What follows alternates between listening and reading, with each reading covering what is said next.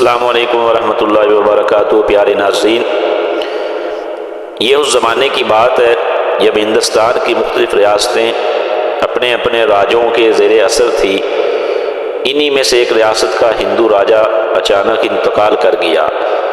راجہ کے انتقال نے ریاست میں کوہرام مچا دیا، کیونکہ پیچھے صرف ایک ننھا سا معصوم اور نابالغ بچہ رہ گیا تھا، جو قانون کے مطابق اپنے والد کا جانشین تھا، مگر خود اپنے تخت کے لیے بہت کمزور محسوس ہوتا تھا۔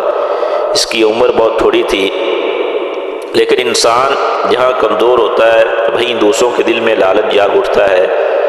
راجہ کا سگا بھائی آگے بڑھا، یعنی اس بچے کا چچا۔ اس نے کہا، ریاست مجھے ملنی چاہیے، یہ بچہ کیا حکومت چلائے گا؟ یوں ایک سیاسی کھیل شروع ہو گیا۔ ایک طرف تھا لالچی چچا اور دوسری طرف تھے صوبہ کے وفادار وزیر جو حق کے ساتھ کھڑے تھے۔ وزراء جانتے تھے کہ ریاست کا اصل وارث یہی بچہ ہے۔ انہوں نے فیصلہ کیا کہ یہ معاملہ کسی مقامی عدالت میں نہیں بلکہ خود شہنشاہ عالمگیر کے سامنے رکھا جائے، کیونکہ وہی انصاف کے سلطان تھے، جن کے فیصلے کو پورے ہندوستان میں حرف آخر سمجھا جاتا تھا۔ جو شہنشاہ عالمگیر فیصلہ کر دیتا تھا پورے ہندوستان میں مانا جاتا تھا۔ اور یوں ایک دن صبح سویرے ایک قافلہ تشکیل پایا، جس میں شامل تھا بچہ، چند وزراء، محافظ اور کچھ خادم۔ راستہ بہت لمبا تھا، گھوڑے کے پیچھے اڑتی ہوئی دھول، کانوں میں بجتی گھنٹیاں، اور بچہ جو کبھی وزیر کے ساتھ چلتا، کبھی راستہ میں کھیلتا، مگر وزراء کے دل میں صرف ایک خوف تھا۔ خوف یہ تھا کہ اگر بادشاہ بچے سے کوئی سوال پوچھے اور بچہ جواب نہ دے سکا تو کیا بنے گا۔ اسی سوچ میں انہوں نے سفر پر بچے کو سوالات اور جوابات یاد کروانے شروع کر دیے۔ بیٹا، اگر بادشاہ یہ پوچھیں تو یوں کہنا، اگر یہ سوال کریں تو یہ جواب دینا۔ یہ سارے رستے میں وزراء بچے کو یہ سکھاتے گئے۔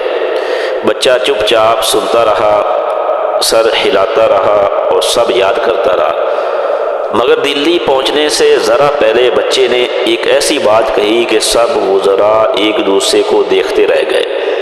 بچے نے کہا، آپ نے تو سوالات یاد کرا دیے، میں نے اس کے جوابات بھی یاد کر لیے، لیکن اگر بادشاہ نے ان کے علاوہ کوئی اور سوال کر دیا تو میں کیا کہوں گا؟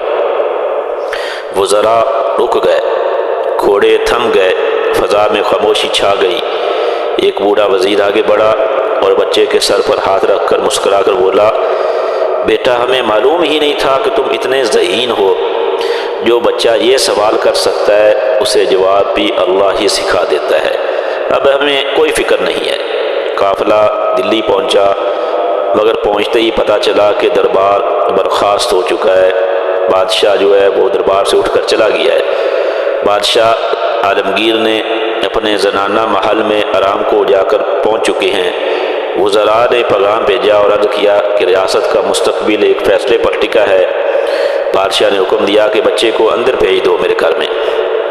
یہ وہ جگہ تھی جہاں عام آدمی تو کیا بڑے بڑے سردار بھی داخل نہ ہو پاتے تھے، لیکن بچے کو اجازت مل گئی۔ محل کے اندر ایک وسیع سین، درمیان میں پانی کا حوض اور اس کے کنارے عالمگیر بادشاہ کھڑے تھے، صرف ایک تہبند باندھے نہانے کی تیاری میں تھے۔ بچہ مؤدبانہ سلام کر کے قریب آیا۔ عالمگیر نے بچے کو دیکھا اور مذاق میں اس کے دونوں بازو پکڑ کر ہوا میں اوپر اٹھا لیا۔ بادشاہ نے مسکراتے ہوئے کہا، کیسا ہے، ڈال دوں تجھے پانی کے حوض میں؟ ارد گرد کھڑے خواص اور خادم یہ منظر دیکھ کر خود گھبرا گئے کہ بچہ تو اب ڈر جائے گا، لیکن بچہ ڈرا نہیں، الٹا ہنس پڑا۔ عالمگیر نے حیرت سے اپنی بھویں چڑھائیں۔ ہنستے کیوں ہو؟ بادشاہ نے بچے سے کہا۔ بچے نے ادب سے گردن جھکا کر کہا، جہاں پناہ مجھے یہ خیال آیا کہ جس بادشاہ کی ایک انگلی پکڑ لینے سے کوئی دریا کسی کو ڈوبا نہیں سکتا، تو میرے تو دونوں بازو آپ نے پکڑے ہوئے ہیں، پھر میں کیسے ڈوب سکتا ہوں؟ یہ سن کر ماحول پر مکمل سکتہ چھا گیا۔ خادم سارے دم سادے دیکھتے ہی رہ گئے کہ بچے نے کیسا جواب دیا۔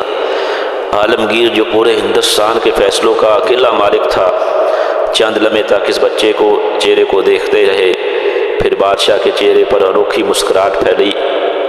وہ بچے کو اپنی گود میں اٹھاتے ہوئے بولے، تو واقعی اس ریاست کا صحیح حقدار ہے۔ اللہ نے تیرے دل میں وہ بصیرت رکھی ہے جو بڑے بڑوں میں نہیں ہوتی۔ ریاست اسی بچے کے نام ہے۔ اسی وقت شاہی فرمان لکھا گیا۔ وزراء کی آنکھوں میں آنسو آ گئے، حق کی جیت ہو گئی اور وہ نابالغ بچہ اپنی ریاست کا حقیقی راجہ بن گیا، صرف اپنی ذہانت، حاضر جوابی اور اللہ پر اعتماد کی وجہ سے۔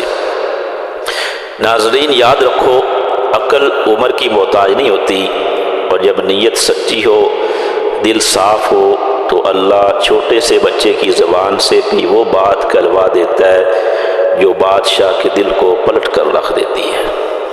سبحان اللہ۔